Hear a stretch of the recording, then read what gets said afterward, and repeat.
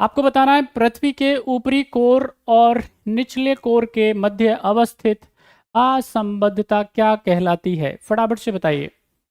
The discontinuity between the upper core and the lower core of the earth is called, क्या बोलेंगे? सभी बच्चे answer करिए। आपको बताना है क्या बोलेंगे इसको। लेहमान डिसकॉन्टिन्यूटी, गुटेनबर्ग डिसकॉन्टिन्यूटी, मोहरोविक डिसकॉन्टिन्यूटी और रैप्टी डिसकॉन्टिन्यूटी। क्या है सही आंसर? सारे बच्चे जल्दी से बताइए। क्वेश्चन आपकी स्क्रीन पे है, सब बच्चे जल्दी आंसर करिए। स्वागत है भाई आपका प्रियंका जी। जो बच्चे कक्षा में हैं सभी आंसर करिए, सारे बच्चे।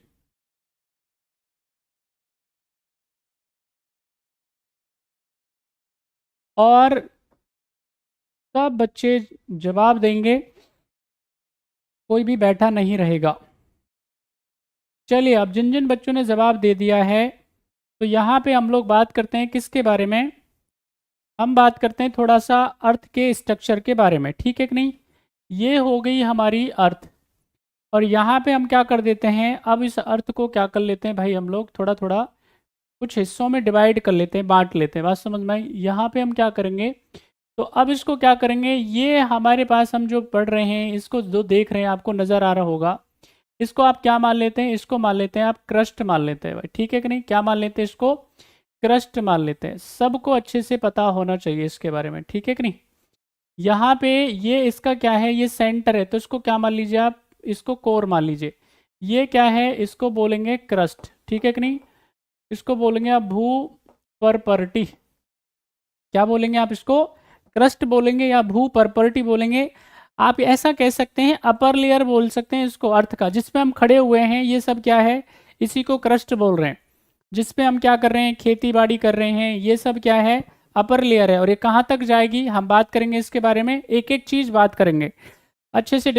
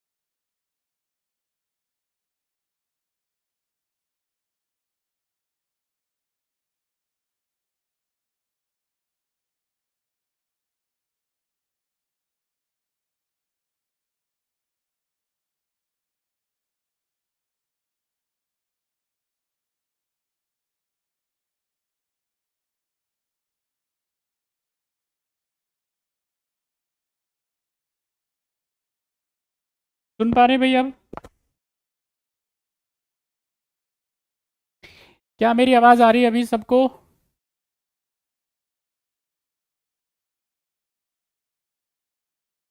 चलिए, अगर आपको मेरी आवाज आ रही हो तो एक बारी प्लीज बता दीजिए, तो हम इसको स्टार्ट करें। सुन पा रहे हैं भाई आप सब बच्चे? जल्दी बताइए।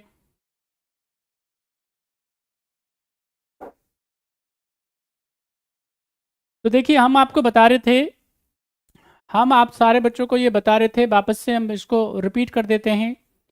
ये माइक की थोड़ी कुछ प्रॉब्लम हो जाती है कई बारी। तो यहाँ पे ये हमारी मान लेते हैं, ये धरती माता है।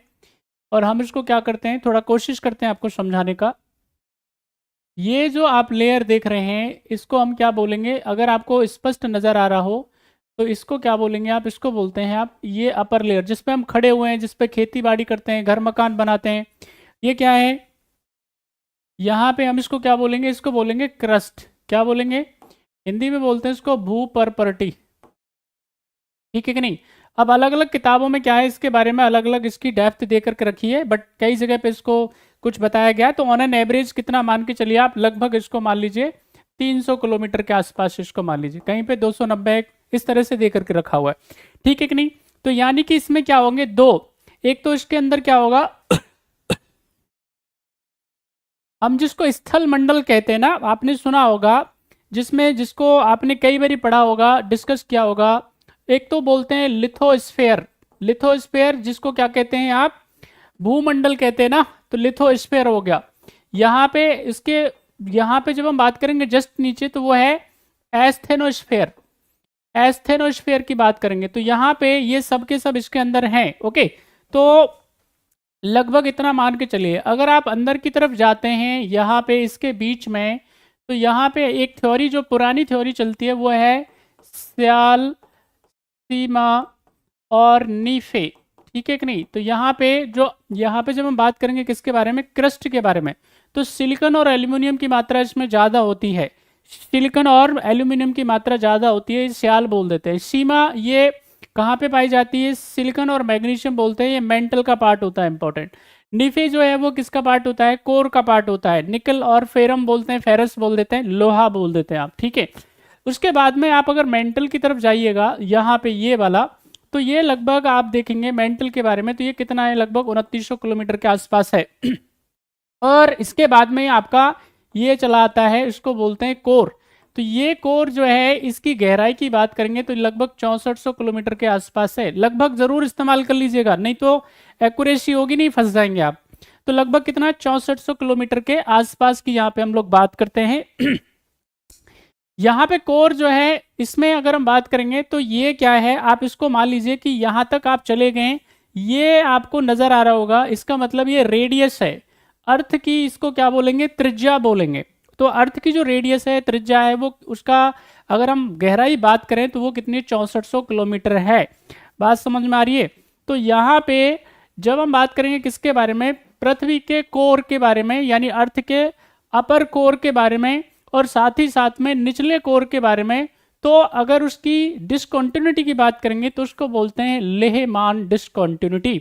उसको क्या बोलेंगे, लेहमान असंबद्धता। तो यहाँ पे आप इसको देखिएगा, कुछ अगर आपको नजर आ रहा हो तो सारे बच्चे कोशिश कीजिए देखने का। स्वागत है आपका साबिया जी, अभिनंदन। तो यहाँ पे आप देखिए, इसमें आपको कुछ नजर आ रहा हो तो यहाँ पे ये क्या है, आपको नजर आ रही होगी इनर कोर, यहाँ पे आपको आउटर कोर नजर आ रही होगी, ये मेंटल नजर आ रहा होगा, ये अपर मेंटल नजर आ रहा होगा, और क्रस्ट नजर आ रही होगी आपको। तो यहाँ पे ये आप चेक कर सकते हैं इसके बारे में। तो इधर लिखा हुआ है लेहमान डिसकंटिन्यूटी, लेहमान डिसकंटिन्यूटी आपको नजर आ रही होगी, सारे बच्चों को आप देख पा रहे होंगे। चलिए नेक्स्ट क्वेश्चन की तरफ हम चलते हैं। हमको आप आंसर करेंगे, क्वेश्चन आपकी स्क्रीन पे, क्वेश्चन नंबर 2 का आंसर करिए सारे बच्चे, फटाफट से बताइए। स्थल मंडल के नीचे पाई जाने वाली नरम व कमजोर परत को क्या कहते हैं, फटाफट से बताइए। The soft and the weak layer found below the lithosphere is called, क्या बोलेंगे आप इसको, जल्दी बताइए, फटाफट से बताइए। निफे, यहाँ पे आप बताएं मुझे, क्या बोलेंगे इसको, निफे बोलेंगे, या इसको आउटर कोर बोलेंगे, या इनर कोर बोलेंगे, या वीकन जोन बोलेंगे, क्या बोलेंगे, फटाफट से बताइए। अब यहाँ पे वीकनेस जोन को हम लोग क्या बोल सकते हैं, आपको इसका जो नाम है वो है एस्थेनो स्फेयर, इसको क्या बोलेंगे, एस्थेनोस्फेयर भी इसका नाम है। जल्दी बताएं क्या होगा सही आंसर, सब बच्चे आंसर करिए जल्दी। हर एक करमवीर, सभी के सभी बच्चे जरूर जवाब देंगे, आंसर सब करेंगे, कोई भी बालक बैठा नहीं रहेगा। चलिए भाई, तो हमने बताया आपको, देखिए लिथोस्फेयर की जब हम बात करेंगे तो लिथोस्फेयर क्या होता है, सॉलिड होता है, समझ में आ रही है, क्या होता है, सॉलिड होता है। और यहाँ पे जस्ट इसके नीचे जो होगा वो होगा एस्थेनोस्फेयर, और एस्थेनोस्फेयर जो होता है वो क्या होता है, मॉल्टन होता है। बात समझ में आ रही है, गर्म होता है 100 से लेकर के, और लगभग ये 400 किलोमीटर के बीच में ये फैला हुआ है। उसको क्या बोलते हैं, उसको बोलते हैं एस्थेनोस्फेयर बोलते हैं, हिंदी में बोलते हैं इसको दुर्बलता मंडल, या फिर आप इसको क्या कह सकते हैं, इसको एस्थेनोस्फेयर बोलते हैं, या फिर आप वीकनेस जोन बोल सकते हैं। बात समझ में आ रही है, क्योंकि इसमें क्या होगा, गर्मी होगी और जितनी भी चट्टानें हैं रॉक के वो पिघली अवस्था में होंगी। ठीक है, तो राइट आंसर इसका क्या हो जाएगा आपका, इसको बोलेंगे आप एस्थेनोस्फेयर। देखिए यहां पे ऊपर आपको नजर आ रहा होगा, सारे बच्चे देखिए इसको ध्यान से देखेंगे, ये हमारे पास में ऊपर का जो है इसको बोलेंगे कॉन्टिनेंटल, इसको क्रस्ट बोलेंगे। समझ मारिए, आप यहाँ पे नजर आपको आ रहा होगा, तो ये कॉन्टिनेंटल क्या है, क्रस्ट है। और जब हम कॉन्टिनेंटल क्रस्ट के नीचे की तरफ जाएंगे तो आपको नजर आ रहा होगा ये आपका दैट इज उसको लिथोस्फीयर बोलते हैं। और लिथोस्फीयर के बाद में हम जानते हैं आपको कि उसके बाद में शुरुआत किसकी हो जाती है, उसके बाद में मेंटल की शुरुआत हो जाती है, जो कि लगभग कितना जाता है 2900 किलोमीटर के आसपास तक जाता है। और उसके बाद में आपको दिखाई देगा क्या यहाँ पे कोर, तो उसमें भी कोर को भी बांट दिया गया है, एक तो इनर कोर हो गया और उसके बाद में ये आउटर कोर हो गया। तो यहाँ पे ये जो आप देख रहे हैं सारे बच्चे कि लिथोस्फीयर के जस्ट नीचे आपको क्या नजर आ रहा है, आपको एस्थेनोस्फीयर नजर आ रहा होगा। तो ये किसमें होगा, ये कमजोर होगा। कमजोर होगा मतलब इसमें क्या होगा, ये कहीं से भी ब्रेक हो सकता है। ठीक है कि नहीं, जैसे अगर ज्वालामुखी की बात करेंगे उद्गारों की, तो वो हो सकते हैं इधर से, तो ये याद रखना है आपको।